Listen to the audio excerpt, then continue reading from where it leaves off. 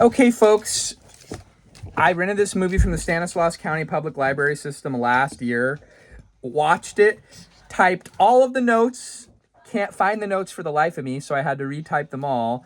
And I thought I had reviewed it, but I've looked back through my archives under many different tags and I can't find it. So if this is a double post, I apologize. I don't think I actually filmed a review. Here, sit over here. Sit there. Sit right there.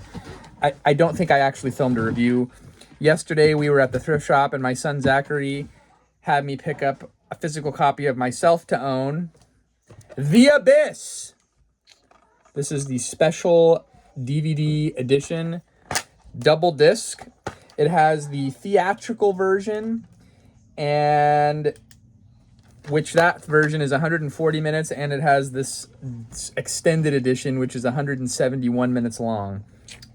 This movie is digitally mastered in THX. Interestingly enough, Industrial Lights and Magic did the CGI, very early primitive CGI for this film in 1988, and it took 7 months or something like that.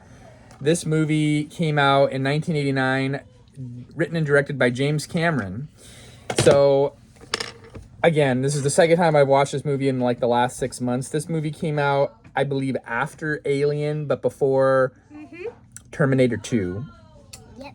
And it's starring Ed Harris and Mary Elizabeth Mastrotino. I don't know how to pronounce it. It's an Italian last name. Other movies that I've reviewed with her, I think I reviewed Color of Money. She's in that one. And the Robin Hood movie with the soundtrack of Bryan Adams. I reviewed that. Kevin Costner. That's the one. Okay, so anyway, we're going to talk about this film. Soundtrack by Alan Silvestri. This movie was plagued with production issues. It went $4 million over budget. The budget was between 43 and 47 million. It went on to gross $90 million at the box office. H.G. Wells, famous sci-fi author from the days of old. Originally, he wrote a story called The Abyss in 1897 that spoke of intelligent life deep beneath the ocean waves. And Cameron was attending a lecture while he was in high school talking about deep sea diving, and there was a diver there, Francis Faljazak, sounds Polish. It discussed breathing oxygenated liquid, which guess what? That oxygenated liquid, you know how they're breathing that liquid water? That's real. It's never been tested on humans, but all the animals have survived the trial tests. I remember reading about this movie, and that's what kind of prompted me to want to watch it, because I'd seen it probably 15 years ago. And I wanted to rewatch it after I read that Ed Harris said that he never wanted to discuss it again because there was like a lot of near drowning incidents, 70-hour shooting weeks. It ran 4 months over production. No, it ran, 140-day shoot. Filmed in nuclear reactor decommissioned cooling tanks, some of the largest tanks in the world, 75 million gallons of water, and at the world's largest underground lake in Bonne Terre, Missouri. So we get the partnership of Cameron's genius having to develop all these special underwater cameras to do all these production shoots to make it look like they're filming 25,000 feet below the ocean's depths, and around 2,000 was where the nuclear submarine accident was supposed to be. It's an intense movie, and maybe I shouldn't have let my kids watch it, but I would say it was just, what do you guys have to say about it? I want to open the floor here to my two kids that stuck with me and watched it. The only thing that was weird about the bad words, yeah. too many bad words. Yep, it's rated PG-13. But the creatures say that only guys like. Yeah, the creatures were nice. The creatures were nice, weren't they?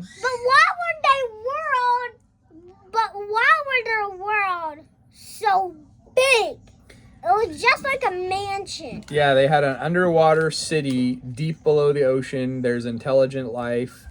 That was really early CGI. That was very expensive to do. Interesting reviews for this film. After my second watch in the last year, it's an intense movie, but I really enjoy it. Even though it's 171 minutes long, the time just went by, and you're very engaged in the story. I'm gonna go 5 out of 5 on this movie. I guess I'm gonna go like 4 out of 5. Why I think that's weird is like all the aliens like and how they only saved one person. So yeah, a lot of people Yeah, did die. There were some bad guys in there. They got the bends, and even during production, they had to make sure they went through decompression There was chambers. this one guy. He was so bad. He was cutting his arm. Yeah, 'cause- And he had a rat. Yeah, well, that was another guy. The rat was a friend, but there was the Navy SEAL guy that started to lose it with decompression. He got the bends basically. Rotten Tomato critic average 75%, which to me is in the high threes, and according to my scale, that's my interpretation of that. The audience score I didn't write down how many members reported their reviews, but it's 83%. IMDb 7.5 out of 10. I think it's another James Cameron classic. He's really good at taking you into Yeah. these stories that he creates in these worlds. He wrote them. He kind of developed that idea for the story when he was in high school, and then tweaked it all the way up until like 1987, and then they shot in 88, But- and it was released in August of 89. It was supposed to be released on July 4th, but again, production delays, all the special effects that went But into if this it film. wasn't, but if the film was, Special edition. I'd say I rate it like a 4 out of 5. You're 4 out of 5 too? Did you have a favorite part of the I movie? think I'm like a 6 out of 5. Oh, I'd say 6 out of like 5. the whole Okay. movie- I'd say like the whole movie is pretty good. Yeah. I mean, but the only part that's not good is this one part. What part? The part where the guy where the one part where the guy that hamster guy he puts his hamster into that plastic bag. Oh, yeah. The most intense part in this movie is when the Ed Harris's character, Lindsay or whatever, the wife of Ed bleh, she drowns. It's really intense, and even the production part of that, it was like Stanley Kubrick-esque, where he would just make them do take after take after take to get it right. She's Every getting slapped around, yelled at, she's soaking wet. Everyone was cracking under the pressure. In the notes that I read on Wikipedia, the actors were so upset that they destroyed the trailers, threw couches out the windows. It was rough. So Yes. to me, that's what makes. But then, like, again, Cameron is a master at getting the best shots and doing, like, he's like a Kubrick kind of guy. He's intense. Yeah. And I did not watch. Apparently, on Disc 2, there's a 60-minute documentary about the making of the Abyss, and there is even a DVD-ROM game. Long live physical media, folks. Check it But- out. It's an 80s sci-fi classic, in my Check it out. opinion. Buy We'll it see you next time. and peace out. Don't forget, we're almost hitting a lot of subscribers. We're getting close to 700. I doubt we'll ever hit 1,000, but you never know. Thanks for watching. Like and subscribe. Tell your friends if you want movie recommendations.